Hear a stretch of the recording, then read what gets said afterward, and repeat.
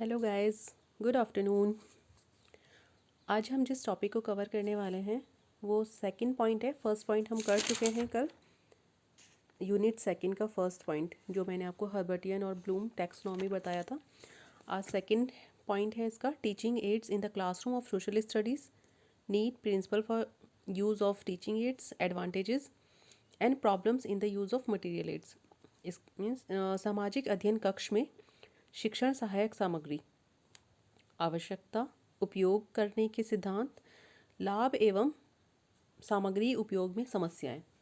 ठीक है, तो अभी सबसे पहले हम इस पॉइंट में हम सबसे पहले लेते हैं शिक्षण सहायक सामग्री। एक्चुअली ये होती क्या है? तो जो हम बच्चों को पढ़ाते हैं, और अभी हम सामाजिक अध्ययन की बात कर रहे हैं, तो जब हम बच्चों को जो भी हम पढ़ाते हैं उसके लिए हम ब्लैक बोर्ड का यूज़ करते हैं, कोई मॉडल ले लेते हैं, कोई फिगर ले लेते हैं, कोई चार्ट पेपर ले लेते हैं। तो वो सारी चीज़ें शिक्षण सहायक सामग्री में आती हैं, क्योंकि वो एक मिनीचर फॉर्म होता है एक्चुअल चीज़ों का। तो उसी को हम शिक्षण सहायक सामग्री के रूप में जानते हैं जब हम इन चीज़ों का यूज़ करते हैं। ठीक है, उसके बाद हम सेकेंड हेडिंग है शिक्षण सहायक सामग्री की आवश्यकता। अब आवश्यकता क्यों पड़ती है? और जैसा कि आप जानते हैं कि मैं पॉइंट वाइज लिखती हूँ, तो मैंने इसमें भी कुछ पॉइंट्स लिखे हैं। फर्स्ट पॉइंट में हम देखते हैं कि शिक्षण सहायक सामग्री की आवश्यकता इसलिए पड़ती है कि यही वो उपकरण होते हैं जो हमें मतलब श्रव्य दृश्य उत्तेजनाओं के माध्यम से ज्ञान की इकाइयों को प्रस्तुत करते हैं। इट मीन्स कि जो हम चीज़ें देखते हैं वो हमारे माइंड में जाती हैं, उसी के बारे में हम सुनते हैं, तो बहुत अच्छे से वो हमें लर्न हो जाती हैं। और टीचर जो होता है वो बहुत अच्छे से एक्सप्लेन करता है, तो बच्चों को बहुत अच्छे से समझ में आता है और उनको वो चीज़ याद रखने की ज़रूरत नहीं पड़ती, वो सिर्फ समझ जाते हैं और उन्हें याद हो जाता है। ये शिक्षक के कार्यों के पूरक होते हैं और सीखने के श्रव्य दृश्य सामग्री में मदद करते हैं। फर्स्ट पॉइंट ये है।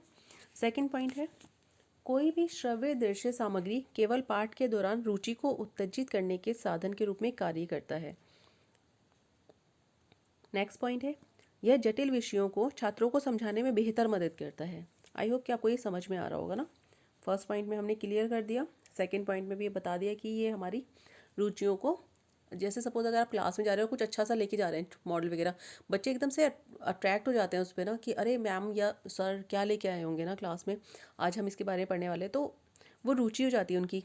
तो ये हमारी बच्चों का इंटरेस्ट राइज करने के लिए बहुत ज़रूरी है कि उनको उनके पढ़ाने के लिए मटेरियल एड का यूज़ किया जाए। नेक्स्ट पॉइंट है, जब कोई जटिल विषय होता है तो आपने देखा होगा कि हम किसी भी चीज़ को, अगर हम कोई अपना प्लान को बनाना चाहते हैं और उसको इम्प्लीमेंट करना चाहते हैं, सपोज एक कंस्ट्रक्शन वाली बात करती हूँ, तो सबसे पहले उसका एक मॉडल तैयार किया जाता है। लैपटॉप पे जो हम तैयार करते हैं तो हम चारों तरफ से देखते हैं उसको कि हाँ ये ऐसा लगेगा, इसमें कोई कमी तो नहीं है, अगर ऐसे एंट्रेंस होगी या कैसे। तो वही है, वो एक बहुत जटिल विषय होता है। उसी टाइप का पढ़ने के लिए बच्चों को मीन्स वो बहुत उनको हार्ड लग रहा होता है, तो ये जो टीचिंग एड्स होती हैं ये हमारी मदद करती हैं ताकि हम बच्चों को बहुत अच्छे से एक्सप्लेन कर सकें। नेक्स्ट पॉइंट है, शिक्षक इन सामग्रियों को कक्षा में उपयोग करके अपने प्रस्तुतिकरण को रुचिकर बनाते हुए छात्रों की बौद्धिक परिपक्वता को बढ़ाता है। जब हम इसका यूज़ क्लासरूम में करते हैं तो हमारा जो एक्सप्लेन करते हैं हम चैप्टर को, तो जो हमारी एक्सप्लेनेशन होती है वो बहुत ज़्यादा इंटरेस्टिंग हो जाती है और उसके थ्रू जो स्टूडेंट्स होते हैं वो बहुत अच्छे से उसको समझ लेते हैं और उनको बहुत अच्छे से उनके दिमाग में बैठ जाती है वो चीज़ें ना। फिर नेक्स्ट पॉइंट है, जी ए कॉमनियस ने पहली विजुअलाइज्ड पाठ्य पुस्तक को बनाया था जिसमें 150 चित्र थे। इनका विचार था कि बच्चे चित्रों को देखकर खुश होंगे और विद्यालय शुरू होने से पहले चीज़ों को जान जाएंगे। देखो कितनी अच्छी वाली बात थी ये कि एक एजुकेशनिस्ट थे, या आप बोल सकते हैं बुक लिखी है उन्होंने, फर्स्ट विजुअलाइज्ड बुक जो थी, उसमें उन्होंने 150 डायग्राम्स बनाए थे। तो होता ही है, जब हम भी छोटे थे और हम नई क्लास में जाते थे और हम पहले से बुक्स जो लेते थे तो उसमें हम सबसे पहले डायग्राम्स ही देखा करते थे कि अच्छा मेरी नई बुक में ये है, तो मतलब एक अलग तरह से इंटरेस्ट होता था। हम चीज़ों को स्कूल खुलने से पहले ही जान जाते थे, तो वही उन्होंने बताया और बाकी चीज़ें टीचर एक्सप्लेन कर देते थे। नेक्स्ट पॉइंट है, वर्तमान समय में श्रव्य दृश्य सामग्री शिक्षण में प्रभावी रूप से अपना योगदान दे सकते हैं, इसलिए भी इनकी आवश्यकता है। आज के टाइम में भी इनकी आवश्यकता होती है। मौखिक प्रतीकों या भाषा पर पूर्ण निर्भरता के बिना अर्थ बताने के लिए श्रव्य दृश्य सामग्री का उपयोग किया जाता है। मौखिक प्रतीकों या भाषा पर पूर्ण निर्भरता के बिना, इसको लाइन को आप समझिए कि हम सब जब क्लास में समझा रहे हैं कोई चीज़, तो वो डायग्राम को देख के अगर हम बोले भी ना, होता है ना, जैसे सपोज अगर हमारे आगे कोई एक मतलब गेम भी होता है ये, कि सपोज एक पिक्चर हमारे सामने रख दी जाती है और हमें बोला जाता है कि आप अपने थॉट प्रोसेस के थ्रू इसको एक्सप्लेन कीजिए, इसमें क्या है इस पिक्चर में ना। तो वैसे ही चीज़ होती है जब हम बच्चों के सामने अपने कुछ ये एड्स लेके जाते हैं, मटेरियल एड, तो वो उसको सोचते हैं कि इसमें क्या होगा। उसके बाद जब हम उसको एक्सप्लेन करते हैं तो उनको बहुत अच्छे से समझ में आ जाता है वो चीज़ें ना। तो हमें ज़्यादा बताने की बात में बताने की ज़रूरत है, लेकिन उससे पहले वो उस चीज़ को देख के अच्छे से अपने दिमाग में अपनी जो उनकी थॉट प्रोसेस होती है उसके थ्रू वो उसको अच्छे से समझने की कोशिश करते हैं। नेक्स्ट है, शिक्षक अक्सर श्रव्य दृश्य सामग्री को शिक्षा के क्षेत्र में शिक्षा संचार प्रौद्योगिकी के रूप में संदर्भित करते हैं, किंतु यह उद्देश्य तभी पूरा हो सकता है जब शिक्षक सॉफ्टवेयर के सर्वोत्तम उपयोग के लिए आवश्यक मानवीय एवं व्यक्तिगत कारकों को भी जोड़ता हो।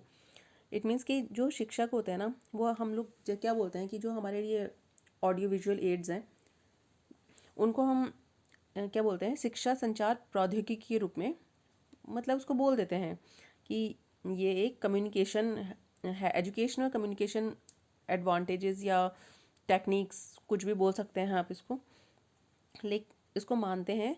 लेकिन जो शिक्षक होता है ना, उसका मतलब उसको सॉफ्टवेयर की नॉलेज होनी चाहिए अगर वो इन चीज़ों का यूज़ कर रहा है तो, और उसके साथ वो अपने पर्सनल कारकों को उसको जोड़ना नहीं चाहिए। ओके, नेक्स्ट हेडिंग में आते हैं, शिक्षण सहायक सामग्री को उपयोग करने के सिद्धांत। एक बहुत पुरानी कहावत है, I hear I forgot, I see I remember, I do I understand. It means कि मैंने सुना, मैं भूल गया। ठीक है, मैं आपसे कुछ कहूँगी, आपने सुना, आप भूल गए। उसके बाद आपने देखा और आपको याद रहा, और फिर आता है I do and I understand, फिर आपने किया तो आपको याद, मतलब आपको समझ में आया। आई हियर आई फॉरगॉट मतलब कि अगर टीचर बोल रहे हैं, ठीक है, हम सुन रहे हैं और हम भूल जा रहे हैं, फिर हम देख रहे हैं मतलब कि टीचिंग एड अगर टीचर लेके आया है तो हमें याद आ जाएगा। अगर दोबारा टीचर वो चीज़ लेके आएगा हमारे सामने तो हम क्या बोल सकते हैं, आई सी आई रिमेंबर। मीन्स हम वो टीचिंग एड इसलिए इम्पॉर्टेंट है कि देखा तो याद रहा। फिर वो टीचिंग एड अगर जो टीचर लेके आया है, और अगर हम बच्चों को एक्टिविटीज़ कराते हैं कि आप इसको बनाओ और इसके बारे में बताओ, तो वो खुद कर रहा है और वो खुद समझ के उसको बना रहा है और उसको वो परमानेंटली याद हो जाता है। इसी के बारे में मैंने इसको एक्सप्लेन किया है यहाँ पर। जैसे आई हियर आई फॉरगेट मीन्स ये पारंपरिक शिक्षक को संदर्भित करता है, मतलब एक ट्रेडिशनल जो टीचर्स होते हैं जो अब तक आ रहे हैं, वो सिर्फ बोलने का काम करते हैं और उन्हें वो एक मतलब फैंटेसी लाइफ नहीं जाते उसमें ना। और जब तक हम वस्तुओं और घटनाओं की कल्पना करना मतलब उनके लिए मुश्किल होता है, और वो व्यक्ति सुनता है और उसे भूल जाता है, इसलिए ना, क्योंकि वो सिर्फ बोल रहे हैं और हम सुन रहे हैं तो हम उसको इमेजिन नहीं कर पा रहे ठीक से ना। लेकिन कई बार ऐसा होता है कि हम इमेजिनेशन कर लेते हैं, वो भी अगर हमने उन चीज़ों को पहले देखा हो तब। लेकिन अगर हमने किसी चीज़ को देखा नहीं है तो हम इमेजिन नहीं कर पाते उसको। ठीक है, जब तक हमें, चाहे वो कॉपी में डायग्राम बना के ही हमें समझाए, लाइनें खींचे कि वो ऐसा दिखता है, ऐसा होता है, वहाँ ऐसा होता है, मीन्स तभी हम समझ पाएंगे ना। अब है आई सी एंड आई रिमेंबर। अब ये जो है आँख, हमारी आइज़, ये एक संवेदी अंग के रूप में विकसित होती है और इसको कलर, और अगर कहीं डार्कनेस है कहीं लाइट है तो हम अंतर बता सकते हैं। इसलिए यह प्राकृतिक है कि दृष्टि के माध्यम से प्राप्त ज्ञान सटीक एवं उज्ज्वल है। तो इसमें बोला गया है कि जब हमें आइज से हम देख रहे हैं ना, तो उस, कहते हैं ना, आंखों देखा सच मानते हैं, ऐसी कुछ कहावत सी होती है, मुझे याद नहीं है। तो जो ये ज्ञान होता है आँखों के द्वारा जो हमें प्राप्त होता है, कई बार कहते हैं ना कि आँखों देखा ही सच होता है, बट कई कई बार होता नहीं, पर वो कहावत थोड़ी डिफरेंट है। लेकिन जब हम आँखों से देखते हैं, अगर हम टीचिंग लाइन में देखेंगे तो हम अगर कोई चीज़ हमें दिखाई जा रही है और उसके बाद उसको समझाया जा रहा है तो वो हमेशा हमेशा हमें याद रहता है। अब जो अध्ययन हुए हैं काफ़ी ना, उससे हमें पता चलता है कि 80% जो नॉलेज होती है ना वो हमें आँखों के माध्यम से ही मिलती है। सपोज़ अगर आप कहीं ट्रैवलिंग के लिए जा रहे हैं और आप गए हो घूमने के लिए, ठीक है, तो आप चीज़ें देख रहे हो, आपको कोई बताने वाला नहीं है वहाँ पर, आप सिर्फ देख रहे हो कि हाँ ये है, यहाँ पे ऐसा बोर्ड लगा है, ये इस जगह का नाम ये है, यहाँ पे ये स्टॉल है, यहाँ पे ऐसा खाना मिलता है, ये यहाँ की फेमस चीज़ है, तो वो आप अपने आप को ही बता रहे हो। तो किसके थ्रू बता रहे हो? आप देख रहे हो ना, तभी तो आपको ज्ञान मिल रहा है, तभी आप बता रहे हो। तो आँखें हमें बहुत सारी नॉलेज देती है, हमारी eyes. So care your eyes. Next है आई डू आई अंडरस्टैंड। बच्चे जब किसी व्यवहारिक कार्यों में व्यस्त होते हैं तब वह अपनी सभी इंद्रियों के माध्यम से अनुभव करते हैं। मीन्स अगर हम खुद को ही बच्चा मान के चलते हैं, तो अगर हम किसी भी एक्टिविटी में लगे हैं, कुछ भी हम काम कर रहे हैं, कोई भी प्रोजेक्ट कर रहे हैं और हम खुद कर रहे हैं, तो हमें बहुत अच्छे से याद होता है, क्योंकि हम सारा कुछ हम खुद ही कर रहे हैं। तो इस तरह से हमारी क्रिएटिविटी भी, मतलब उसमें हम थोड़ा सा अपना दिमाग भी लगाएंगे तो हमारी क्रिएटिव पावर भी डेवलप होती है। और जो हम खुद करते हैं किसी काम को, तो उससे हमें बहुत अच्छे से सीखने को, समझने को मिलता है। और ये किसी भी ज्ञान को आत्मसात करने के लिए आदर्श विधि मानी जाती है। प्रोजेक्ट वर्क ये यहाँ पे ख़त्म हो गया है। नेक्स्ट है, इसमें मैंने थोड़ी सी लाइंस और लिखी हैं, तो मैं आपको बता देती हूँ।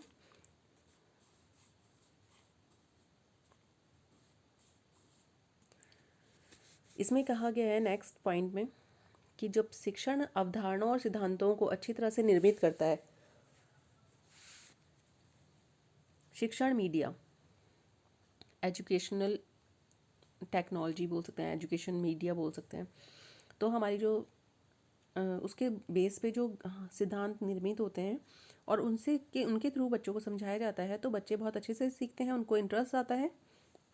एडू कैंप वगैरह भी क्लास स्कूल्स में लगाया जाता है, तो उससे बच्चे अच्छा से सीखते हैं। अब है, आज के शिक्षकों के पास विभिन्न शिक्षण सहायक सामग्रियां हैं जिनका उपयोग करके वह बच्चों का ध्यान आकर्षित कर सकता है और उन्हें स्थायी ज्ञान भी उपलब्ध करा सकता है। नेक्स्ट है पॉइंट, एक अच्छा शिक्षक उपयुक्त शिक्षण सामग्री का उपयोग करके जटिल अवधारणा को औसत विद्यार्थियों को भी अच्छे से स्पर्श करा सकता है। शिक्षक की कक्षा को रुचिकर बनाए रखने के लिए गतिविधियों को भी शामिल करना चाहिए। तो ये जो है यूनिट 2 का पॉइंट 2 यहाँ पर कंप्लीट होता है। और मैंने इसमें गृह कार्य दिया था जो इसमें शो नहीं करेगा, लेकिन मैं आपको बता देती हूँ। क्वेश्चन नंबर 1 था, शिक्षण सहायक सामग्री के लाभ बताइए। शिक्षण सहायक सामग्री को उपयोग करने में किन किन समस्याओं का सामना करना पड़ सकता है बताइए। तो यहाँ यूनिट 2 पॉइंट का पॉइंट 2 कंप्लीट होता है। Okay, thank you so much. PDF link देख लेना, डिस्क्रिप्शन में है, तो आप नोट्स बना सकते हो। Thank you so much.